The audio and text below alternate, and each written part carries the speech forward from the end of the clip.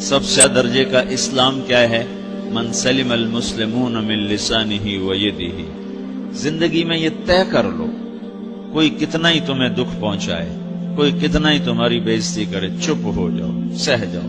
مرنے والے کی کیا عزت، کیا ذلت، میں نے تو مر کے دیکھا ہے، اور مجھے یہ حدیث سمجھ میں آئی ہے بڑی اچھی طرح، موتو قبل ان تموتو، کہ مرنے سے پہلے مر جاؤ۔ اس وقت اگر میں مر جاتا تو مجھے کوئی گالیاں دیتا تو مجھے کیا نقصان تھا، اور مجھے کوئی نعرے لگاتا میرے لیے تو میرا کیا نفع تھا۔ تو مرنے سے پہلے مر جاؤ، کوئی تمہیں برا بھلا کہے تو تمہارا کیا نقصان ہے، تمہیں کوئی واہ واہ نعرے لگائے تمہیں کیا نفع ہے۔ اگر اللہ راضی ہے تو مرد آباد اور زندہ باد سے بے نیاز ہو۔ ابو ذر رضی اللہ تعالیٰ عنہ کو ایک آدمی نے گالیاں دی تو انہوں نے فرمایا، بیٹا ایک گھاٹی آگے آ رہی ہے، اس میں گر گیا تو جو کچھ کہہ رہے ہو اس سے بھی زیادہ کا حقدار ہوں، اور اگر پار ہو گیا تو تیری گالیوں سے مجھے کوئی فرق نہیں پڑتا ہے۔ من سلم المسلمون من لسانہ و یدہ موتوا قبل ان تموتوا۔ چونکہ آج کل اخلاق ہیں انتقامی، معاف کرنے والے اخلاق ہیں نہیں، انتقامی اخلاق ہیں۔ ہمارا معاشرہ انتقامی ہے، اچھا کرو گے تو ہم اچھا کریں گے، برا کرو گے تو ہم برا کریں گے، جیسا کہو گے ویسا ہم سے سنو گے۔ یہ ہمارا ماحول ہے، یہ ہمارا۔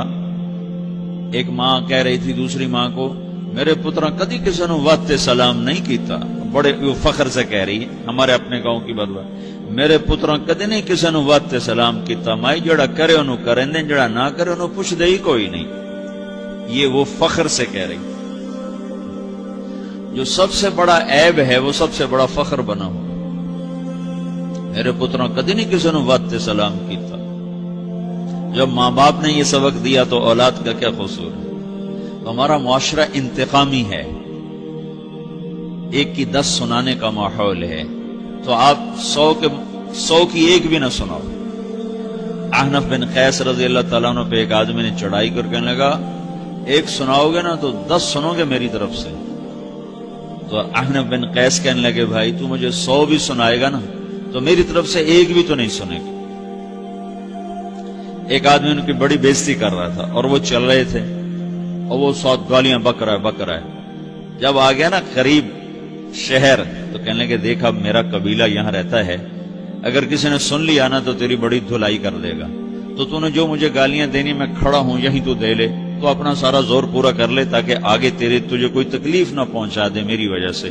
تو وہ پاؤں پہ گر کے معافی مانگنے لگا کہ واقعی تو بڑے حلم والا ہے۔ وہ مشہور تھے اپنے حلم میں، بردباری، اور لوگ ان کا امتحان لینے آیا کرتے تھے، کہ بھئی کوئی ہے جو احنف کو غصہ دلا دے، تو لوگ ناکام ہو جاتے تھے، ان کو غصہ نہیں آتا۔ ایسے ایک عرب سردار گزرا، معن بن زائدہ، وہ بھی اپنے حلم میں بڑے مشہور تھے۔ ایک دفعہ لوگوں میں شرط لگ گئی کہ کوئی ہے معن بن زائدہ کو غصہ دلائے تو ہم اس کو انعام دیں گے۔ تو ایک شاعر نے کہا، میں غصہ دلاتا ہوں، تم دیکھنا ایسے سیخ پا ہو جائے گا جیسے جانور۔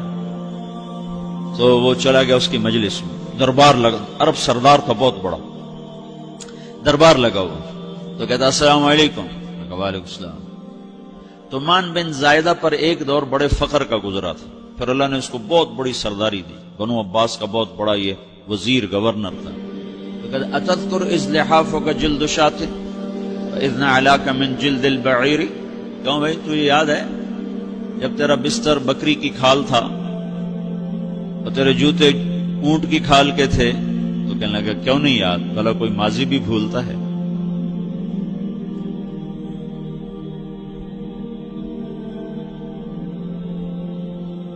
تو وہ کہنے لگا پہلا وار تو خطا گا، کہ فسبحان الذی اعطاک ملکا وعلمک الجلوس علی السریر۔ تو پھر ساری تعریفیں تو اللہ کی ہیں جس نے تیرے جیسے کو تخت پہ بٹھا دیا۔ کہاں بھئی ساری تعریفیں اللہ کی ہیں، میری تو کوئی اوقات نہیں۔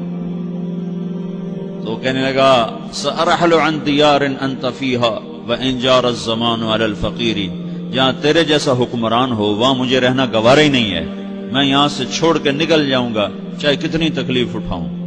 بڑے دربار میں یہ ایک گورنر اور وزیر سے بات ہو رہی ہے، تو وہ کہتا ہے اچھا بھائی اگر تو ہمارے پاس رہے گا تو ہم تیرا اکرام کریں گے، اور اگر تو جانا چاہتا ہے تو پھر رافقت کا سلام، تو وہ یہ بار بھی خالی گیا تو پھر کہنے لگا فجد لی یبن ناقصۃ بمال،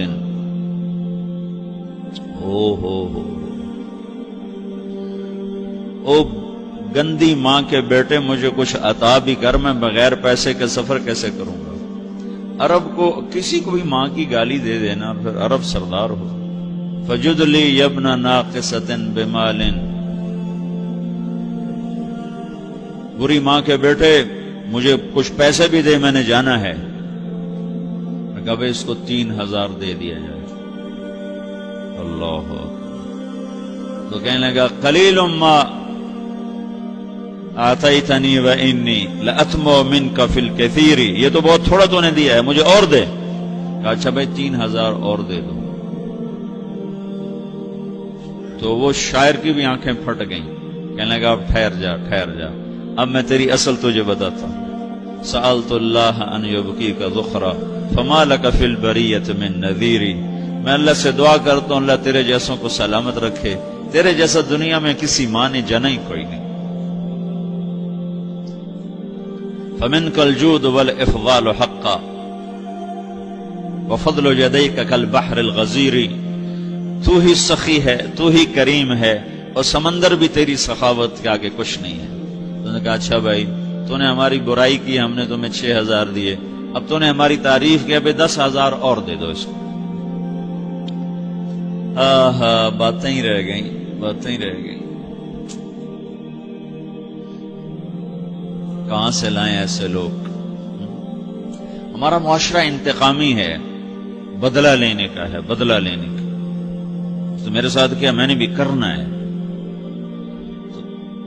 اعلیٰ درجے کا اسلام یہ سکھا رہا نہیں چپ ہو جاؤ، سلام مت بن جاؤ، سلامتی بن جاؤ، سلامتی کی علامت بن جاؤ. من سلم المسلمون من لسانہ ویدہ. اب وہ سوال کرتا ہے یا رسول اللہ ای الایمان افضل، سب سے اعلیٰ درجے کا ایمان کیا ہے؟ اسلام کیا ہے؟ کلمہ، نماز، روزہ، حج، زکات. اعلیٰ درجے کا اسلام کیا ہے؟ من سلم المسلمون من لسانہ ویدہ. یہ اخلاق کا ادنا درجہ ہے، ادنا درجہ ہے. ادنا درجے پر پہنچ کر آپ اسلام میں اعلیٰ درجے پر آ سکتے ہیں. وہ سوال کرتا ہے ایمان کیا ہے؟ تو آپ نے کہا اللہ پر، فرشتوں پر، کتابوں پر، رسولوں پر، موت کے بعد کی زندگی پر، تقدیر پر. اب ایک اور سائل سوال کرتا ہے ای الایمان افضل، سب سے اعلیٰ درجے کا ایمان کیا ہے؟ تو آپ نے فرمایا حسن الاخلاق، اچھے اخلاق سب سے اعلیٰ درجے کا ایمان ہے. جو آدمی اسلام میں، جو آدمی اخلاق میں، جو مرد عورت اخلاق میں ادنا درجے پر ہوتا ہے وہ اسلام میں اعلیٰ درجے پر پہنچتا ہے. اب اگر وہ اخلاق میں اعلیٰ درجے پر آ جائے تو اب یہ کہاں پہنچے گا؟ اب یہ کہاں پہنچے گا؟ میرا نبی کہہ رہا ہے سب سے اعلیٰ درجے کا ایمان ہے حسن اخلاق، حسن اخلاق. ابو ہریرہ نے پوچھا یا رسول اللہ وما حسن الاخلاق، یہ بھی ایک اور حدیث ہے. یا رسول اللہ حسن اخلاق کیا چیز ہے؟ تو آپ نے 3 چیزیں فرمائی، تصل من قطعک وتعطی من حرمک وتعفو عمن ظلمک. جو تم سے توڑے نہ تم اس سے جوڑو. نہیں کرتا سلام نہ کریں، کوئی ہم چھوٹے باپ کے ہیں؟ ہم تو کبھی بھی نہ کریں، ہم تو کبھی بھی نہ منہ تھوکیں بھی نہیں ہم تو میرا نبی کہہ رہا ہے جو توڑے تم اس سے جوڑو، جو محروم کرے اسے عطا کرو، جو زیادتی کرے اس سے درگزر کرو. یہ 3 کام جو عورت مرد کر لے گا یہ اخلاق کے اعلیٰ درجے میں ہے. جب یہ اخلاق کے اعلیٰ درجے پر پہنچتا ہے تو پھر میرا نبی کیا بشارت دیتا ہے؟ ادنا درجے پر پہنچ کر تو اعلیٰ مسلمان کی بشارت ہے، اور اخلاق میں اعلیٰ درجے پر پہنچ کر میرا نبی کہتا ہے کاد الحلیم ان یکون نبیا، اعلیٰ اخلاق والا بس نبی بنتے بنتے رہ جاتا ہے. اعلیٰ اخلاق والا ایسے ہے جیسے کہ نبی، قریب ہے کہ وہ نبی بن جائے. یہ تو ہے نا ترجمہ، لیکن ہم ہمارے اردو میں کہتے ہیں وہ نبی بنتے بنتے بنتے رہ گیا. کیا مطلب؟ کہ اس میں اور نبی میں صرف نبوت کا فرق رہ جاتا، باقی وہ سب کچھ حاصل کر لیتا ہے.